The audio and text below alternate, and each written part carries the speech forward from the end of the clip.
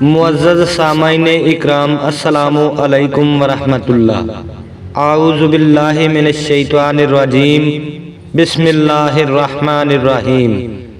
محل بن خلیفہ تائی نے کہا، میں نے عدی حاتم تائی رضی اللہ تعالی عنہ سے سنا، انہوں نے کہا میں نبی کریم صلی اللہ علیہ وآلہ وسلم کی خدمت میں موجود تھا کہ دو شخص آئے، ایک نے فکر و فاقہ کی شکایت کی اور دوسرے کو راستوں کے غیر محفوظ ہونے کی شکایت تھی۔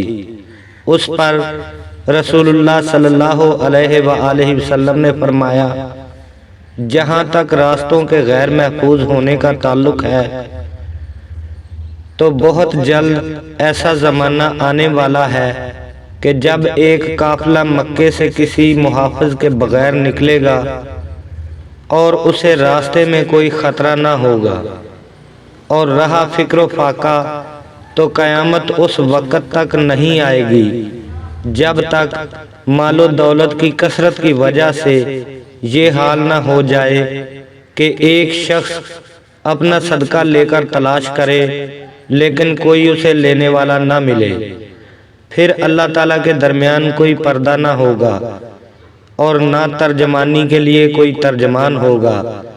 پھر اللہ تعالیٰ اس سے پوچھے گا کہ میں نے تیرے پاس پیغمبر نہیں بھیجا تھا؟ وہ کہے گا ہاں بھیجا تھا۔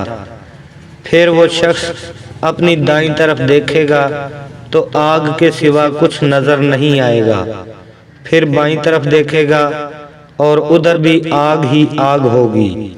پس تمہیں جہنم سے ڈرنا چاہیے، خواہ ایک کھجور کے ٹکڑے کا ہی صدقہ کر کے اس سے اپنا بچاؤ کر سکو۔ اگر یہ بھی میسر نہ آ سکے تو اچھی بات ہی منہ سے نکالے۔ صحیح بخاری حدیث نمبر 1413۔ اعوذ باللہ من الشیطان الرجیم، بسم اللہ الرحمن الرحیم۔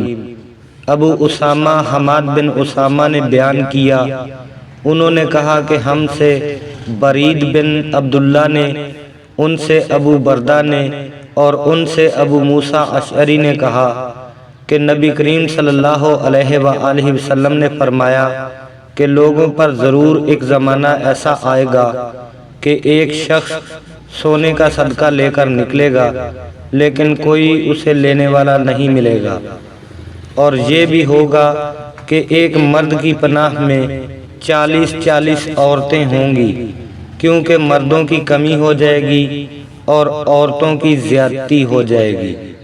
صحیح بخاری حدیث نمبر 1414۔